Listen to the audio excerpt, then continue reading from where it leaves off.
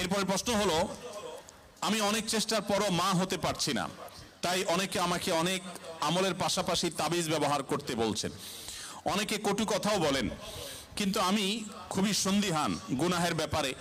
দয়া করে সঠিক তথ্য দিয়ে সহযোগিতা করবেন। বোন ফারজানা প্রশ্ন করেছেন। দেখুন, যে সমস্ত বোনের বাচ্চা হয় না, আমাদের সমাজে এক শ্রেণীর কুলাঙ্গার, এক শ্রেণীর খারাপ মানুষ আছে যারা ওই মেয়েদেরকে নিয়ে কটু কথা বলে, আছে না নাই? গ্রামাঞ্চলে বিশেষ করে অনেকে আছেন এই সমস্ত বোনদেরকে খোঁচা মেরে কথা বলেন। সন্তান হওয়া না হওয়া এটা কি পৃথিবীতে কোনো মানুষের হাতে? কোনো মানুষের হাতে? সন্তান দেওয়া বা না দেওয়ার মালিক কে?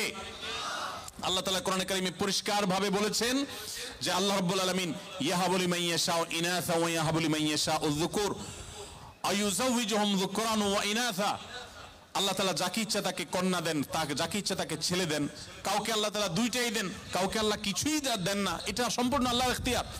অতএব এই কারণে যদি কোনো মেয়েকে বা কোনো ছেলেকে কেউ দোষারোপ করে, সে আল্লাহর কাছে কবিরা গুনাহে লিপ্ত আসামি। যদি সে মুখে দাঁড়িয়ে থাকে, সে যদি হাজী সাহেব থাকে, সে যদি মসজিদের সভাপতি সেক্রেটারি হয়, সে যদি আলেম ইমাম সাহেব হয়, তারপরও সে আল্লাহর কাছে অপরাধী এবং ক্রিমিনাল, বিকজ সে একজন নির্দোষ মানুষকে সে দোষ দেওয়ার চেষ্টা করেছে। এজন্য খবরদার, সন্তান হয় না, সব ছেলে হয় অথবা সব মেয়ে হয়, এজন্য মেয়েদেরকে অথবা ছেলেদেরকে কাউকে কোনো দোষ দেওয়া যাবে না। এটা সম্পূর্ণ আল্লাহর ফয়সালা। এর পাশাপাশি বোন যেটি জানতে চেয়েছেন যে সন্তান না হওয়ার জন্য আপনাকে বিভিন্ন আমলের কথা বলেন। বিভিন্ন আমল আপনি করতে পারেন। কোরআনে কারিমে বিভিন্ন আয়াত আছে, যে আয়াতগুলো আমল করার মাধ্যমে, পাঠ করার মাধ্যমে, সেগুলো পড়ে পানিতে ফু দিয়ে খাওয়ার মাধ্যমে বিভিন্নভাবে সন্তান আল্লাহ তাআলা দান করেছেন।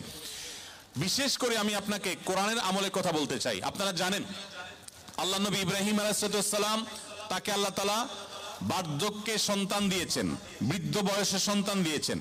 আল্লাহর আরেক নবী জাকারিয়া আলাইহিস সালামকে আল্লাহ তাআলা বৃদ্ধ বয়সে সন্তান দিয়েছেন, যে বয়সে সন্তানের আশাই তারা ছেড়ে দিয়েছিলেন, নিরাশ হয়ে গেছেন যে এই বয়সে সন্তান হবে না।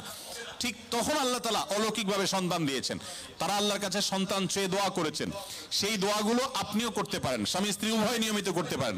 তার ভিতরে একটা দোয়া হলো রব্বি হাবলি মিনাস সলিহিন, আল্লাহ আপনি আমাকে নেক সন্তান দান করেন। এই দোয়া বেশি বেশি পাঠ করবেন। এমনকি যাদের সন্তান আছে, আবারও সন্তান হবে সে আশা রাখেন, আপনি আল্লাহর কাছে দোয়া করবেন রব্বি হাবলি মিনাস সলিহিন। আমার সাথে বলেন সবাই, রব্বি হাবলি মিনাস সলিহিন।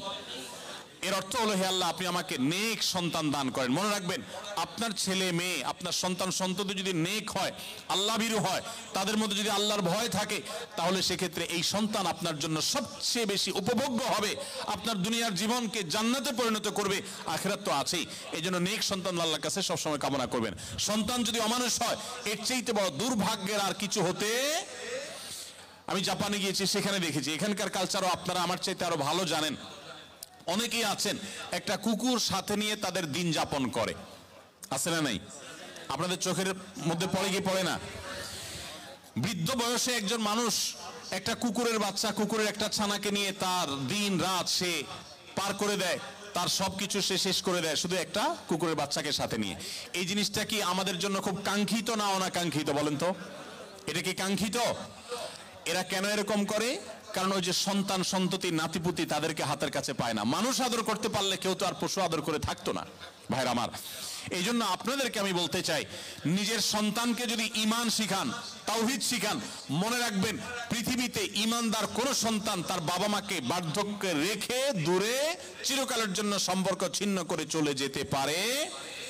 আপনারা দেখেছেন অনেকে, গত কদিন আগে নিউজ হয়েছে আমাদের দেশে, মূলধারা মিডিয়াগুলোতে উঠে এসেছে যে জাপানে অল্প সময়ের ব্যবধানে হাজার হাজার মানুষ পাওয়া গেছে যারা বাসায় মরে পচে, অনেকে আছেন যে কয়েক মাস পর জানা গেছে যে লোকটা মারা গেছেন, তারপর পুলিশ গিয়ে দরজা ভেঙে তাদেরকে লাশ উদ্ধার করেছেন। কারণ তারা একাকী থাকতেন, কেউ সাথে থাকতো না। এর চাইতে বড় বেদনার, এর চাইতে বড় যন্ত্রণার, এর চাইতে বড় কষ্টের আর কি হতে পারে যে বার্ধক্যে এসে তারা কোনো মানুষ পাবে না। আপনি যদি চান যে আপনার সন্তান সন্ততি মৃত্যুর আগ পর্যন্ত আপনার পাশে থাকবে, আপনাকে আগলে রাখবে, আপনাকে স্নেহ মমতা দিবে, ভালোবাসা দিবে, তাহলে মনে রাখবেন একমাত্র পথ তাদেরকে মুসলমান বানানো, আল্লাহ ভীরু বানানো। আপনি যদি তাদেরকে বিজ্ঞানী বানান, সায়েন্টিস্ট বানান, আপনি তাদেরকে শিক্ষিত বানান, বড় ব্যবসায়ী বানান, বড় পদাধিকারী বানান, কিন্তু ঈমান শিখান নাই, তাওহীদ শিখান নাই, তাকওয়া শিখান নাই, ইসলাম শিখান নাই। আমি শপথ করে বলতে পারি আপনার এই সন্তান আপনার বিপদের কারণ হওয়ার সমূহ সম্ভাবনা আছে। এই জন্য সন্তান নেই হোক আমরা সবাই চাই কি চাই না বলেন? তাহলে দোয়া করতে হবে। যে বোন চেয়েছেন তার জন্য এবং অন্য সবার জন্য বলছি, রব্বি হাবলি মিনাস সলিহিন, বেশি বেশি করে পাঠ করবেন। আরেকটা দোয়া হলো রব্বি লা তাদারনি ফারদা ওয়া আনতা খায়রুল ওয়ারিসিন। বিশেষ করে যাদের সন্তান হয় না তারা,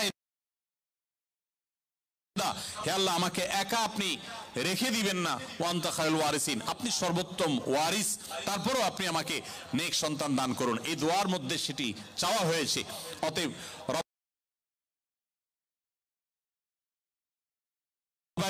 আরো বহু দোয়া আছে, রব্বি হাবলি মিন লাদুনকা যুররিয়াতান তাইয়্যিবা, রব্বি হাবলি মিন লাদুনকা যুররিয়াতান তাইয়্যিবা,